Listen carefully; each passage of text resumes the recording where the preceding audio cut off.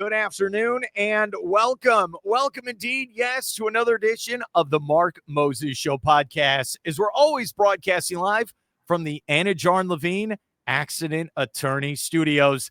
Take back control of your life. Call them today, 1-800-747-FREE. That's 1-800-747-3733. Anidjar and Levine Accident Attorneys. Now, joining me right now to break down a lot of things going on right now in the world of sports, because it appears everything is going on. He is my man, Hall of Famer, basketball legend, coach. He's the great Billy Mims. Coach, how you doing, buddy? Oh, thank you, Mark. I'm doing fantastic. Looking forward to talking to you today because, as you said, there is so much going on. You've got the World Series taking place right now, and it is a humdinger of a World Series. America versus Canada. Yeah. LA versus Toronto. Okay, you got to love that. But NBA basketball is up and running. The NCAA is about to be up and running. We've had some great exhibition games. I attended one this weekend. And, just NFL football, college football is going on. We're getting down towards starting to think about who's going to be in the bowl games. But all of that, Mark, saying all of that, we also had the sports betting scandal. So there's a lot to talk about. All right, let's start there because I know that happened last week with the NBA scandal. It appears Chauncey Billups is in an Ocean's 11 movie. It sort of felt like, I don't know what the hell's going on.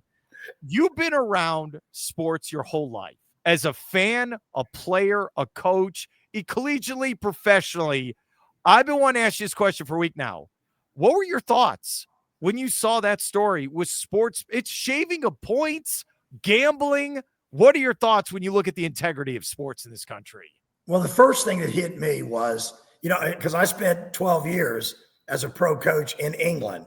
Yeah. And Mark, I think you and I talked about this once before in studio or out for a beer one night or something, but we were talking about, I joked that there was no legal sports betting in the USA when I got back here. Yeah. And it's only come into play recently. But when I was in the UK, and that was 20 to 30 years ago, when I got there, there was a betting shop on every corner in every small town. And you've been over, you've seen them. And they even sponsor the biggest games. The Premiership, some of the top teams in the Premiership have betting logos on their jerseys. So it's a huge, huge part of the culture there, right? And I know doggone well, I said this to my wife who's from England many, many times. I said, it's so easy to bet here. Surely some of the players and coaches and referees are getting someone to place a bet for them when they got inside information. It must be going on. So when we legalize sports betting here in the U.S., and it's become more of a mainstream thing now, even right as this was happening, Mark, the NCAA also made it legal for college athletes to bet on professional sports.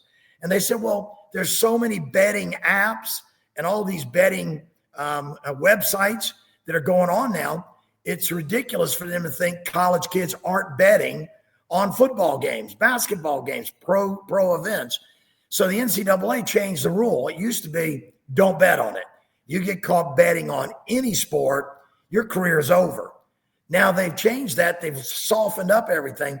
And when I saw this come out, I said it was only a matter of time because there's just way too much money involved now.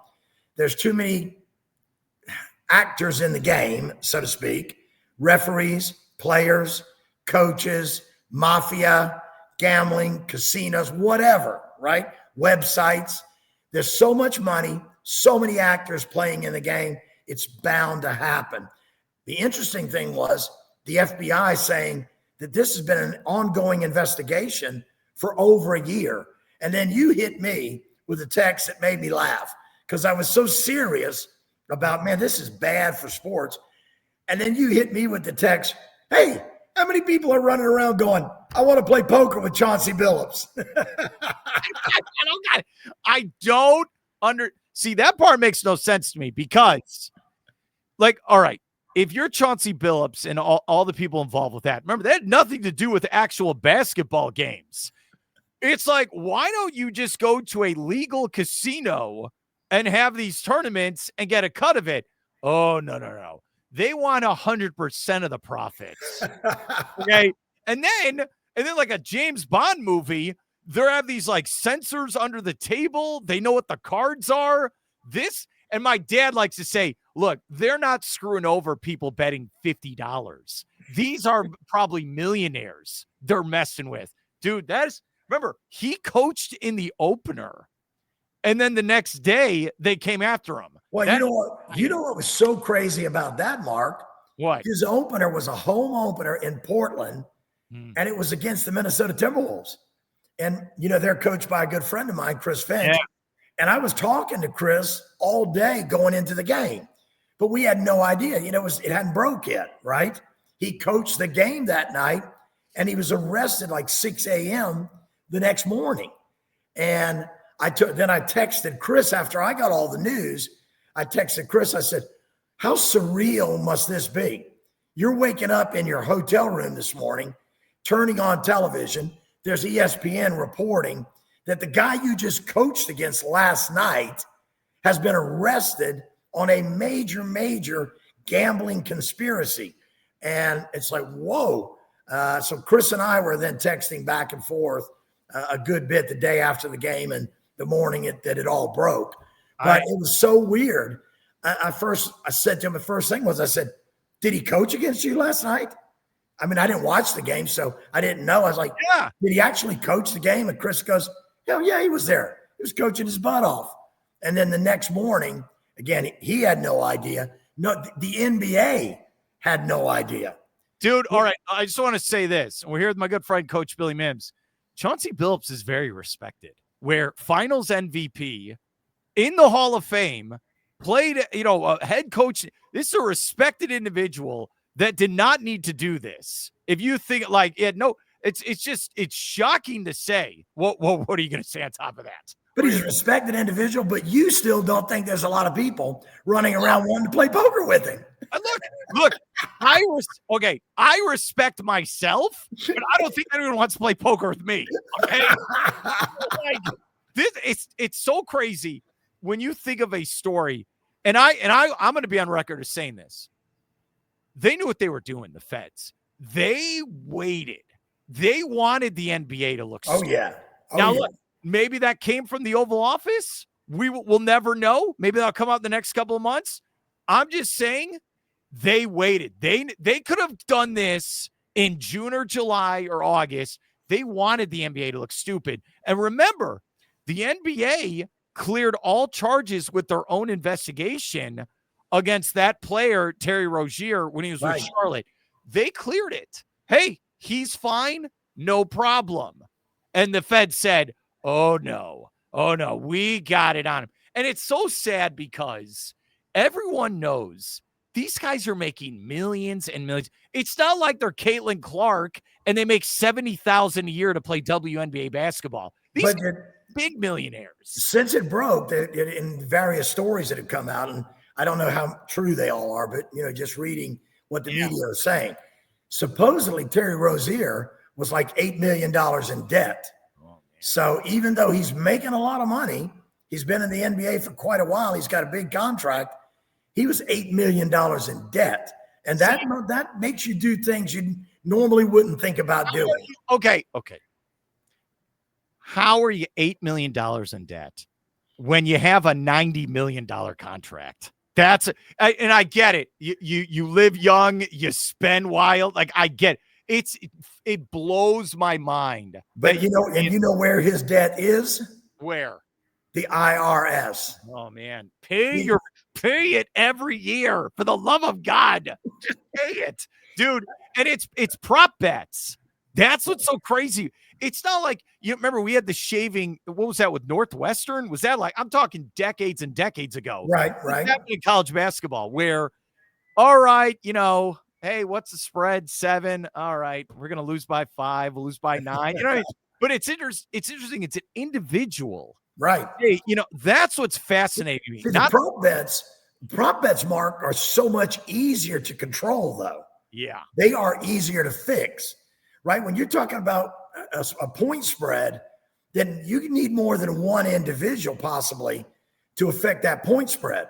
But a prop bet, all you got to get is that one guy to buy in, and then you get people betting on will he or won't he do this or do that.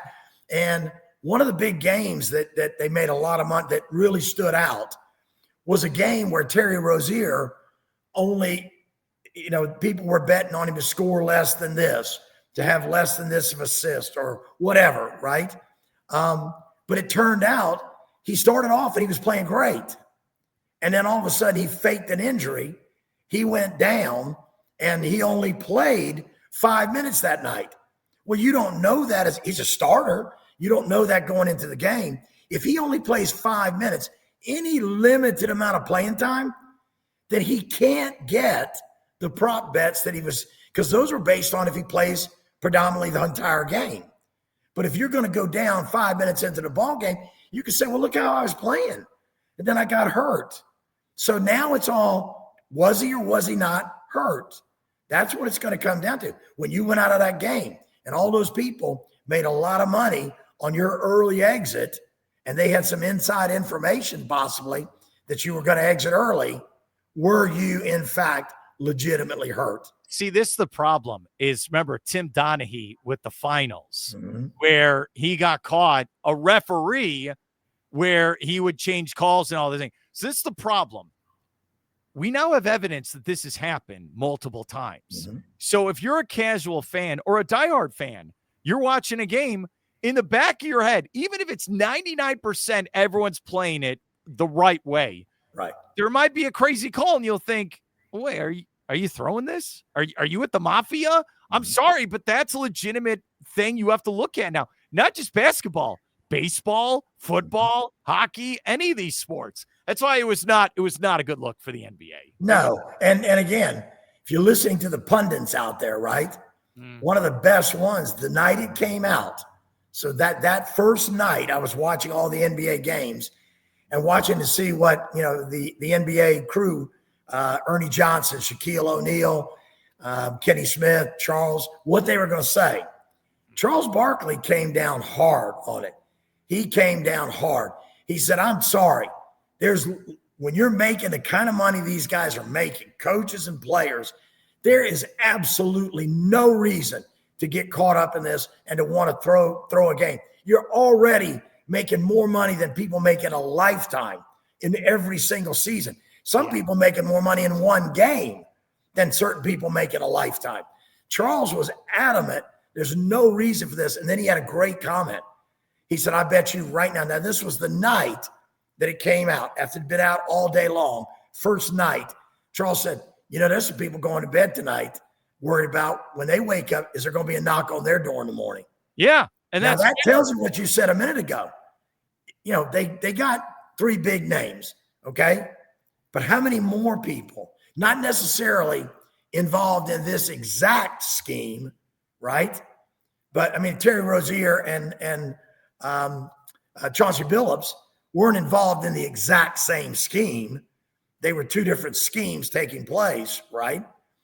But how many more people, players, coaches, referees, in any pro sport right now or college sport? Because they also said, the FBI said that there were some college teams and games being investigated as well. Yeah, see, okay.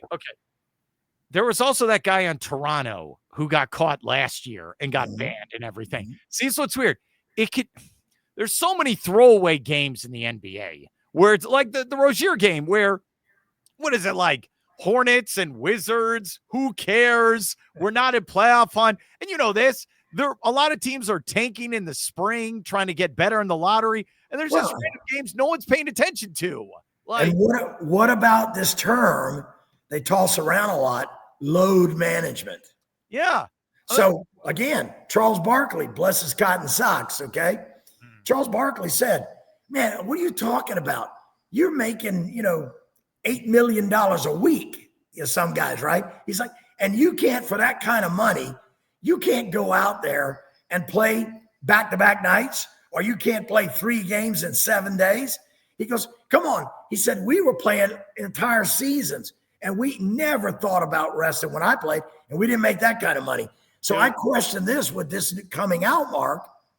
Maybe load management might also be a term for a head coach deciding to throw a game. I'm not going to play this guy tonight. Look at right now. The Los Angeles Lakers have started off, I think, 2-2 right now. And everybody knows they got a chance to be very, very good this year with their roster. They need more depth, and they don't have a great post player. But their backcourt of the two superstars, LeBron James, Luka Doncic, and now throw in there Austin Reeves, who's dropping 51 points in a game when those two big dogs aren't there. They got the best backcourt in the NBA, right? But they're not healthy right now. Luka's out for a while. LeBron's out for a while. So now it's a moment where the bets are skewy on what the Lakers can or can do, might or might not be able to do. So injuries factor into the gambling scene as well as coaches' decisions. Because when you look at the box score, and you've been over to a lot of Magic games as media, and they give you every time out, you get a stat sheet brought to you from someone with the Magic. And at the end of the game, you look at that stat sheet, that box score, and for every player that doesn't get into the game, it says coach decision, coach decision, coach decision, right? What about a guy that says, hey, coach, I think I can go tonight. But the coach says, no, coach decision, you're not going. Who's to say that isn't aligned now? So this is the problem, that when something like this comes out in a big way, as it did, right? Arresting coaches the morning after coaching a game, arresting a player. Terry Rozier was arrested in his hotel in Orlando. I find it hard to believe the Heat didn't go home after blowing a lead and getting their butts beat that night. But they were staying at a hotel in Orlando, and at 6 a.m., Terry Rozier had a knock on his door, one that he will never forget. All right. I feel like I'm going to say something to you. I know I'm on my high horse, and people watching this will probably roll their eyes, but I don't bet on sports. I just don't. Okay, have I done it? Yes, I have. I've gone to Vegas and gone into a casino and bet, right? I've been in New Orleans at the casino and I bet.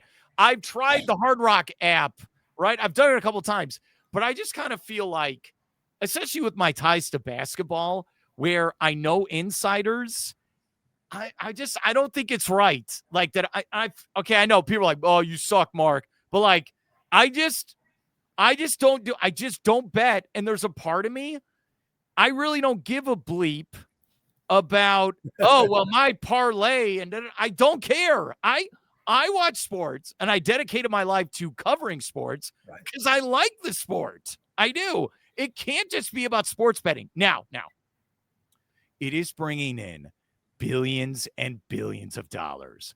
Billions, and I can't stress this enough. It's not going away. There's no way these leagues are going to go back like, oh, sorry, we're not going to take FanDuel's money now because we're high integrity. It's over. But I want to tell you that I don't bet on sports. I don't. Well, there's one, and I appreciate that, okay? I don't think I've placed a bet on sports other than maybe somewhere in the last 20, 30 years, the odd bet on the Kentucky Derby. Yeah, we've done that. Something like that just for fun, right? Yeah. But when I was in England coaching professional basketball, people were asking me all the time, hey, you know what's going to happen. Why don't you bet on your team? Why don't you go down to the corner betting shop and place a bet? Or maybe bet on another team in the league. I know Nick Nurse. I know Chris Finch. Well, they told me such and such isn't playing. Go place a bet, make some money. No, I never did, right? I don't think I've ever been a week-to-week bettor since college, and we were doing college football parlay cards, back when they were under the table and illegal, right? But everybody was doing them. You picked 10 games, and you picked 10 games, and you played the parlay card, and you saw how you did. And I'm certain I didn't ever win. But the interesting thing about all of this right now, which you just made a great point, Mark, the amount of money, the billions of dollars that people want to bet on sports, and it's bringing into a lot of areas, a lot of avenues, taking part in making money off this sports betting. But there's a big difference between legal sports betting and illegal sports betting. What the FBI brought the case against Chauncey Billups, Terry Rozier, Damon Jones, I believe, right? What the FBI's investigation was into illegal, criminal sports betting. When you go to Vegas and place a bet, that's legal sports betting. And if you're playing FanDuel, that's legal sports betting. So right now, I think that's the problem because we're so new at this in America. We're so young at this. There's a muddy little area in the middle where you got legal sports betting on one side, illegal sports betting on the other side, and a real gray, muddy area in the middle. And that's the problem. No, it's a great point. We're here with my good friend, Coach Billy Mims. You brought up the college thing. I don't think players, I don't care what the NCAA says. If I was the coach of a team, I'd be like, you're not placing any bets. Yeah. Don't play with fire. Just leave it alone. Just be a college kid, play, go to class, have fun with your friend. Just stop it. Okay. Well, you know what I worry about with the college kids? I really do. Because now all this money is in the sport, and look at what we've seen so far in the first half of this year. Yeah. How many collegiate coaches have been fired in the middle of the season? More than ever in the history of the game. Fired 3-4 weeks into the season. You're done. You're gone. You're fired. We're going to pay you $54 million to not coach our team anymore. Right? It's your fantasy. I know. Steve Martin, one of the greatest comedians ever, right? I went to see him in Carolina Coliseum one night, Columbia, South Carolina. Steve Martin was telling jokes up on the stage, and he's looking around the arena, and he goes, I think there's 10,000 people in here tonight. He said, and you guys all probably paid, well, let's just make it easy. You paid $100 a ticket. Okay, 10,000 people at $100. And he starts doing the math, right? He goes, you know what my dream is?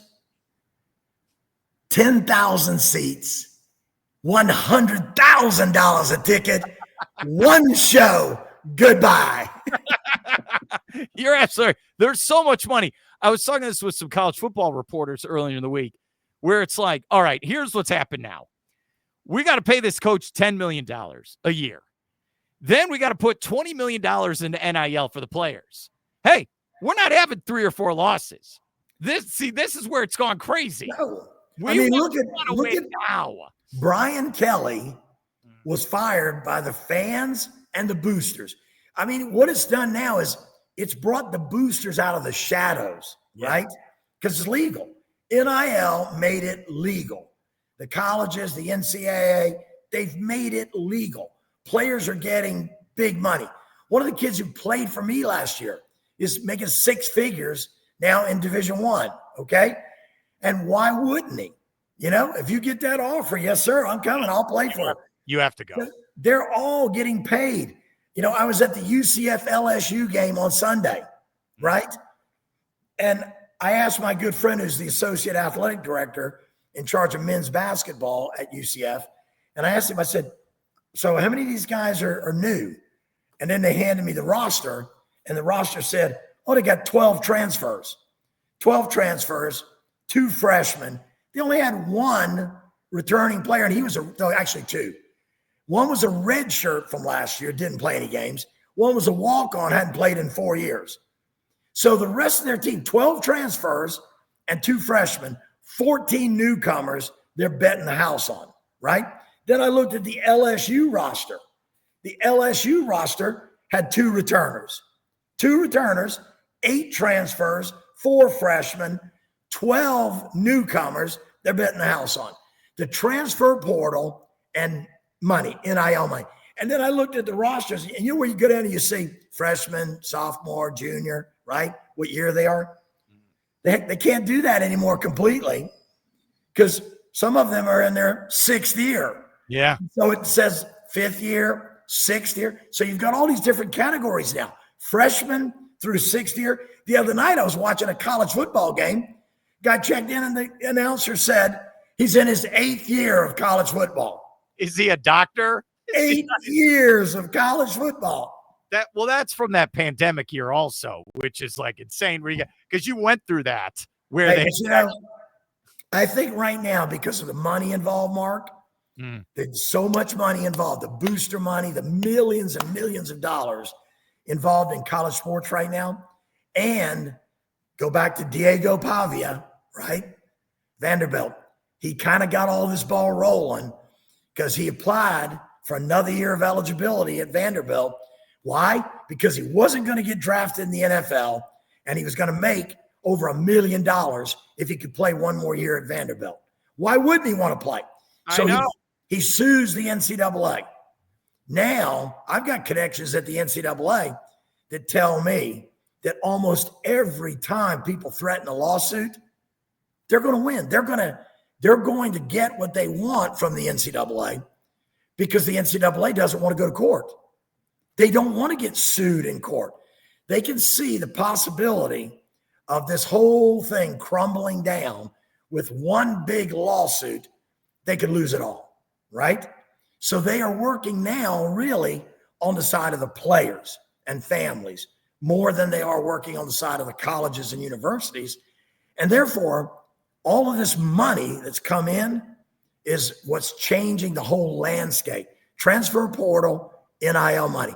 Now kids can play. Nobody sits out. You can play at 4 different schools in 4 years. Some guys can play at 8 schools in 8 years. Okay, I guess. But my wife was looking at the media guide over there, and she goes, "Oh my God, Billy!" One of the players that was listed 5th year. She goes, "Not only is this his 5th year, it's his 5th different school." Okay. This goes to a big issue. You're going to have the next generation of student athletes where they're in high school and they go to 3 different schools. Then they go to college and they play for 3 or 4 different schools. Then they're going to go to the real world and they're going to go to a job and they're going to go, "I don't like this job. I'll transfer another job." No, you can't do it. You can't do that. That's why there's that part where after a while, you got to suck it up, Buttercup. You got to make this work. Okay. Like you got to take on a challenge, but that's the reality of this. Now, I just want to go over this with you. So I have this rule. I know you're hearing all my rules today. I've never been critical of minors from the standpoint high school sports. If the kid is 15 or 16 years old, he's still a kid. It's a child. I'm not going to come on the air and be like, "Oh, that stupid idiot O'Galley. He should have gotten 3 touchdown passes. Then he threw that dumb pick. What a moron." I'm never going to, he's a kid, right? But once you get, even with college, right, you can be critical of players, but now they're pro athletes. Now I think it's fair game. You're the point guard of UCF. You're making $2 million a year. Well, you better get 10 assists. You better make those plays. I'm sorry. And then at the highest level, and this is what I've been wanting to tell you for a couple of days. Look, the Orlando Magic, they paid Paolo Banchero. They paid Franz Wagner. They traded for Desmond Bane and gave him money. You can't show up anymore and be like, and I know this is different than high school and college, but like, hey, they've been in the play-in tournament. They've been in the first round. They're a happy-go-lucky underdog. Oh, no. We're paying you max money to deliver. So my thing is, and people get angry at me when I say this, hey, we're here to win now. This organization said, we're going to give you the max contract. You better act like an all-star on and off the court, and you better start winning games. Right. There's no LeBron. There's no one in your way. Go win. Don't give, we're still young. We're trying to figure it out. No. Expectations are up here now. I'm sorry, Coach. That's how I feel on it. I agree completely with you. And also on that same point is, the Magic have made a lot of mistakes in the front office. Yeah. I mean, as we started this season, okay, I'm watching ex-Magic players that are out there playing for other teams and starting and putting up phenomenal. Aaron Gordon. You love Aaron Gordon. But look at what he did the other night for the Denver Nuggets. When Aaron Gordon goes out and drops 50, right, on opening night for the Denver Nuggets, why is he not still an Orlando Magic? He's gotten better and better and better. But no, they gave up on him, right? How about Nikola Vucevic? Vooch playing great for the Vooch Bulls. is playing great right now. I think he's one of the top 5 post players in the NBA. All-round skills, one of the top 5 post players. Night in and night out, he is consistent on the glass, scoring points, defending the other team's post. He gives you consistency in numbers, but he's no longer an Orlando Magic player. And you could go on and on and on, but they've made some big mistakes in the front office in their time. So there's 2 problems here. One, they haven't been patient with some of the young guys, right? They better be patient right now in one sense. Not patient, like I agree with you, we got to win, right? But you can't lose patience in young players like Paolo Banchero, like Franz Wagner. They still are, in terms of the grand scheme of things, relatively young NBA players and young men, right? Those guys aren't 30 years old. They're not old men. So you do have to have some patience. What they got to do a better job of is finding, I think this is the problem with the Magic. You look back at them historically. They've always had really good young players.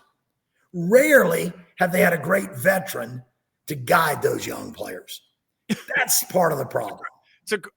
So this whole offseason, everyone and their mother said, this is a contender. This is a great team. And they still can be. They can. It's early. It's a marathon. We're not even Halloween yet. It's a long year. But you see those newspaper clippings. We're great. We're established. We're awesome. Players got paid. When I saw them play Chicago over the weekend, and then you saw this the other night, they're at Philadelphia. These other teams didn't get that memo. They don't care. They're there to win as well. Oh, well, we're great. You're not great at anything. They have to have a look in the mirror and be like, look, we're still an underdog. We've not accomplished anything. We have to go grab it. I know I sound like a coach myself. You have to go grab the bull by the horns. No one's going to give you the Eastern Conference. You have to go get it. If you look back, last year's NBA champion, the Oklahoma City Thunder, they were the youngest team, personnel-wise, to win an NBA championship in a long, long time, okay? Yeah. They were the youngest core group of players to do it. That's an anomaly. That doesn't happen that often. That's why it was a historic championship for them, right? You can't say, all the other teams in the league can't say, oh, well, let's go get the best young players and we'll be the next OKC. It doesn't work like that. You got to have the right chemistry, the right fit, youth, veterans, combination, leadership, skill sets, talent, and the big C word, you got to get consistent. That's the problem with the Magic and a lot of their individual players. Look so far in the early, 4 games they played or whatever it is. So far, you've seen Paolo Banchero have a tremendous night, right? Scored in upper 20s, 30, whatever. But you've also seen Paolo Banchero have a night where he scored less than 10. How can you get paid what he's getting paid? How can you be the franchise big-time player, but you're not consistent? You're going to have single digits some nights and big double-digit games some nights. You're not going to win like that. No. Your big guys have to show up. This whole big 3 started with the Miami Heat when LeBron James, Dwayne Wade, and come on, help me out. Chris Bosh, thank you. I was trying to get my center out there. It's been 15 years since they came together. But that was the big 3, Mark. Now every team has a big 3. Mm-hmm. When the Golden State Warriors were winning those multiple championships, they had the big 3. Okay? They had great guards, they had a great forward, they had 3 all-stars. Hey, sometimes there's been teams that had 5 all-stars in the starting lineup. The big 3 did become the big 4 and sometimes the big 5. But whoever your big core is, they got to come to play every night. You look at last night, Nikola Jokic, triple-double, okay? But Jamal Murray has, 43 or something along with it. The big 2 for them show up every night. They get numbers out of that. That's why they're competing for championships every year. Why right now are Minnesota 2-2? Okay. Big reason they lost is Anthony Edwards is not playing. You take one of the big core nucleus guys. Julius Randle still showed up and played well. Okay. I guess let's see who could be the next guy they have. It's hard to say because they start a lot of young guys. Yeah, I know. I get your point. They need a couple weeks to figure out with Desmond Bane. There's still I'm still not sold on that trade. Yeah, okay. I'm not. I hate to say it. I'm critical of that trade. I'm not a Desmond Bane fan, and when they signed him, I didn't go running around outside my house and up and down Rockledge Drive saying, we're going to do it. The Magic is back. We're going to do it, because he's not the answer. Okay. They still don't have, it's very weird because I like Jalen Suggs and they need Jalen Suggs on the court. Especially for I know what you're going to say. They need it. They still don't have a dominant guard in the back. It's so weird. And you know who I saw? All right. I know you, and I'm going to admit this to you. International players have completely taken over the NBA. You've said this for years. That Josh Giddey guy on the Bulls is 21 years old. Is he from Australia? Australia. Dude, and I walked by him. He's 6'8". He's big. Don't let that hair fool you. Okay. Hey. He is a real guard that could run a team. But you talk about him being a great guard. He's got great passing skills, great court vision, right? Sees the floor really, really well. But I mean, look at people talk about how the NBA has changed, right? It has. There's no doubt about that, right? When the Houston Rockets played their first game this season, their starting lineup, the 5 guys they put on the floor, they had no traditional point guard. No. The 5 guys they put on the floor, Mark, their average height of that starting lineup opening night, 6'10".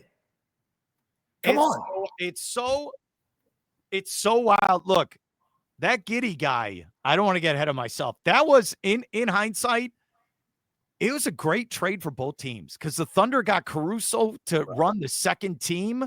And Thunder still have 50 picks that they still have to use in the next 5 years. So it feels like. And then they threw out Caruso and gave him to the Bulls. It's not bad. I know it's early. And I know, the Magic needs some time, but I want to win games this year. I have been going to that stupid arena since 2013. I have never seen them win a playoff series. I'm not kidding around. Hell, your daughters might have been in junior high or younger the last time they made a deep playoff run. Just think about that. What? Well, it's been 15 years of this. So, I remember I was coaching in England, okay? And when I was coaching over there, I also did some studio analysis NBA for Sky Sports. And I remember one night on Sky Sports, and we're putting up pictures. I'm doing NBA studio analysis, and it's Stan Van Gundy and the Orlando Magic. And I remember that was the series where Jameer Nelson, remember? This against the Lakers. Got hurt, right? And didn't play the first couple of games. The Magic were playing great. Skip to my Lou, and one superstar was running that point. Yes, absolutely.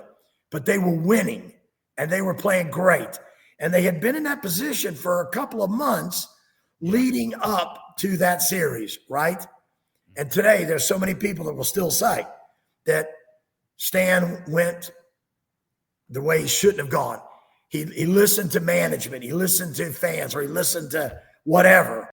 But, this guy, we're paying this guy a lot of money, and he's healthy now, and he says he can go. So we're changing everything. We're going to put him out there, right? To me, I really think that's the last long, decent run and shot at a championship I can remember the Magic having. Yeah. And that's 20 plus years ago. But I mean, to really get all the way there against the Lakers and have a chance to win the whole thing, come on. That's been since Stan Van Gundy and 20 plus years ago. It's crazy. And by the way, I am so pro Magic. This was funny when you hear me talk. I like these guys. I'm the father now. I have high expectations. That's what it is. You better deliver. Look, it's a long year. My buddy Garrett said this to me in a text the other day. He goes, Indiana started like 5-10 last year and got hot and should have won the title. Yes. And I mean, look at where some of these teams are starting right now. I mean, the Lakers are going to have to play another month maybe without Luka and LeBron. Okay. And so that's going to hurt their start of their season. And if you look at Indiana right now, they haven't won a game yet. They're winless, right? But what are they missing? Tyrese Halliburton. And he is that, you just said the Magic don't have a dominant guard in the backcourt. Well, right now, neither does the Indiana Pacers. No. Without Ty, everybody's got to have. Here's my equation. I always think you got to have a great guard that can handle the ball, can score the ball, can lead the team emotionally. Because a point guard, and I'm not even saying in the true sense of a point guard.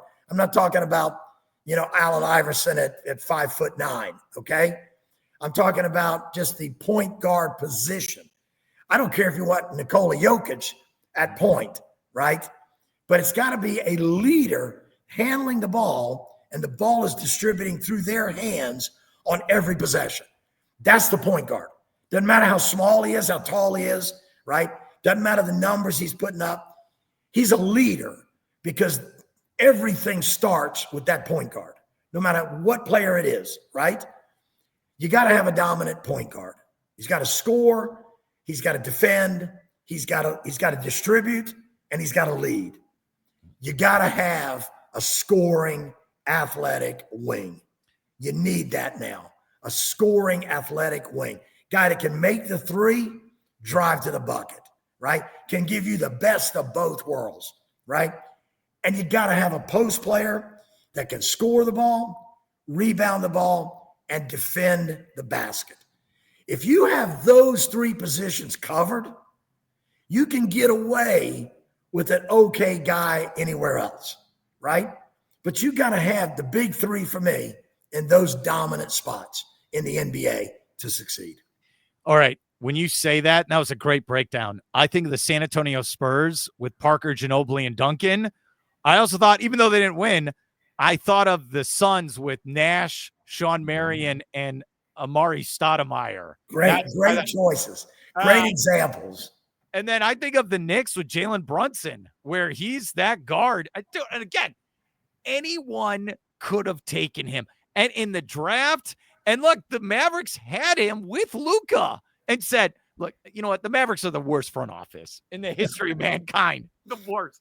All right. Well, I mean, look at the Pacers that we were just talking about, right? Mm-hmm. Last year. I mean, they had it all. I mean, they had a bad start to the year, but they kept getting better and better and better. And again, I point this out because I've been in this situation before as a pro coach. The Indiana Pacers from January on last year were the winningest team in the NBA. Yeah. You're absolutely right. Let's end with this with Coach Mims. I appreciate coming on. I know you're very busy, man. The Victor Wembanyama thing is, I can't even believe the highlights. When I what? It's, you know what, the plays that just shocked me? Forget him hitting 3-point shots. That's everyone in the league. All right. Cause the Joker's hitting threes on people. All right. I've seen it's those plays where he's right around the rim and the defender just gives up. And it looks like he's dunking on a Fisher-Price rim, like for a toddler. I met Ralph Sampson, and I know I've told you this story many times. What are your thoughts? I mean, you had a guy who was 7'7", but he wasn't running around like that. No. What is? I've coached big guys. I had Paul Sturgis. Yeah, went on to play for the Harlem Globetrotters. Tall Paul, as we called him. The Globetrotters like to call him Tiny, though. But he was, and actually, Mark, he was 7'8". He was the tallest at that time, the tallest basketball player in the world, right? When I was coaching him, the tallest basketball player in the world. A couple of guys now they say might be taller. Still hard to believe that. I don't know, but you'll hear I just want to say this. So our good friend Jeremy Schulman, who's now the coach at UT Martin, is 6'8". He has been in my car before. He barely fits in the front seat. Okay, Hey. we had to move the seat all the way back. I should have just taken the front seat out and have him sit in the back seat. And yes, I can top that because that's how Paul Sturgis learned to drive. His dad got him a car and they took the front seat out. He sat in the back seat to drive the car. Okay. That scene in Police Academy, they do that with Hightower. There's an actual scene like that where they teach him. That's so funny you said it. Now I don't remember what you were going to say. Oh, Victor Wembanyama. Yes, Victor. So I said, look, Giannis Antetokounmpo came into the league doing things people had never seen before, right? And all of a sudden he was crowned the Greek freak. Yeah. But I'm telling you, Victor is doing things even Giannis can't dream of doing, right? I think now we have the French freak as well, okay? Because there's never been anybody in French basketball like Wemby. Never, right? No. Victor is now the French freak, okay? And, even if you like French pastries, I think right now they're going to name a new pastry. Every French shop you go to, there's going to be a new pastry called Wemby's French Freak, okay? And it's going to be fabulous, right? Just go wherever you see it on the menu, order Wemby's French Freak. So like wrist, you'd say like wrist to elbow. That is like it's longer than your leg. I think so.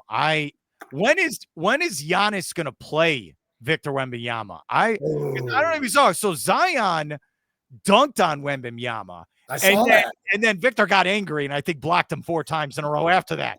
Like, I would like to see, I think Giannis can push him around. I am fascinated to see this matchup. Oh, there's going to be some great matchups, but also you got to remember, Wemby still, again, we talk about Wemby's young. He's very young still, right? And every night he plays, you see him evolve a little bit and do something a little better, a little different. I mean, you talk about him hitting threes. Last year, he would catch and make a 3, okay?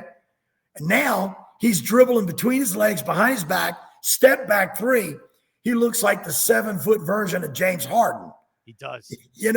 I mean, what can he not do right now? But what makes him so valuable? He's a game changer on both ends of the floor, okay? Nobody's got a rim protector like Victor Wembanyama, okay? Nobody has, right? So he protects the rim. He's mobile. He blocks shots. He rebounds the ball. He can dribble the ball. He can pass the ball. He can shoot the ball. He can go over anybody and dunk. I was watching him the other day as he backed somebody down and he shot this little jump hook from the block. And it brought back my memory of Kareem Abdul-Jabbar, who made the sky hook famous, right? I thought, well, if Kareem had the sky hook, Wemby's got to have the intergalactic hook, okay? The space hook. Because, okay, Kareem was still in this Earth's atmosphere with the sky hook, right? Wemby's hook is beyond the atmosphere. I want Mark.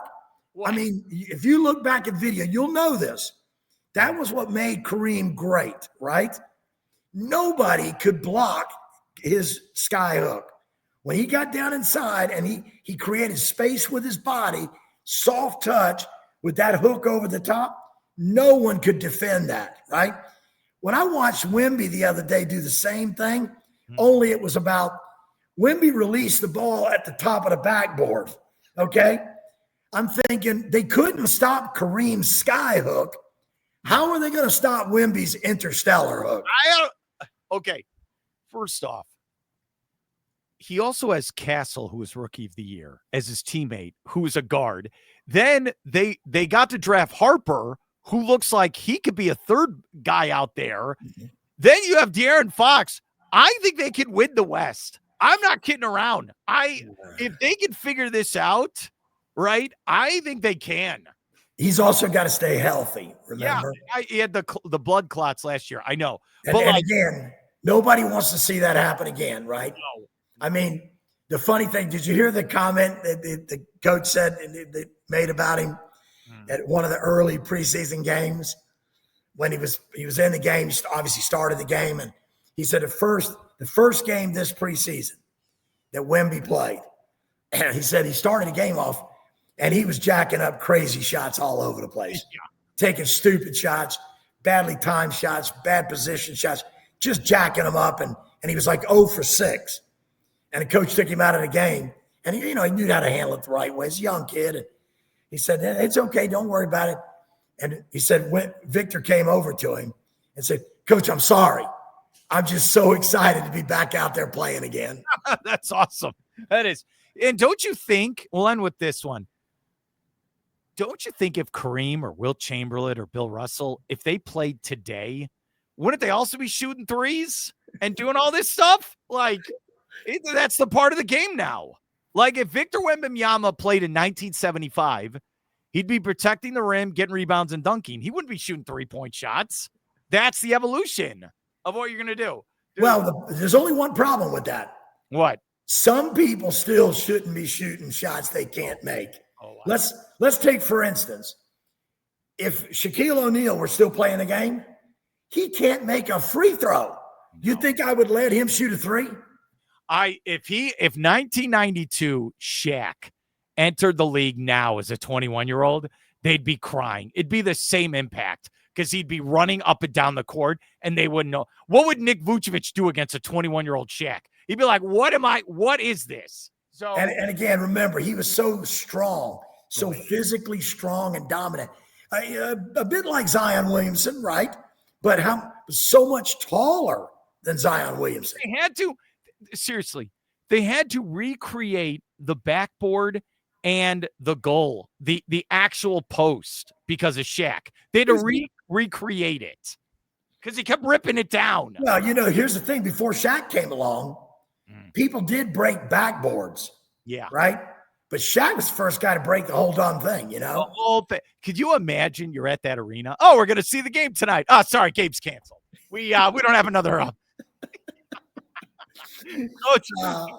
Coach Mims, thank you so much for coming on. Well, let's get you back on in a week or so, and we'll continue this conversation. All right, man? Love to, Mark. Look forward to chatting with you throughout the year.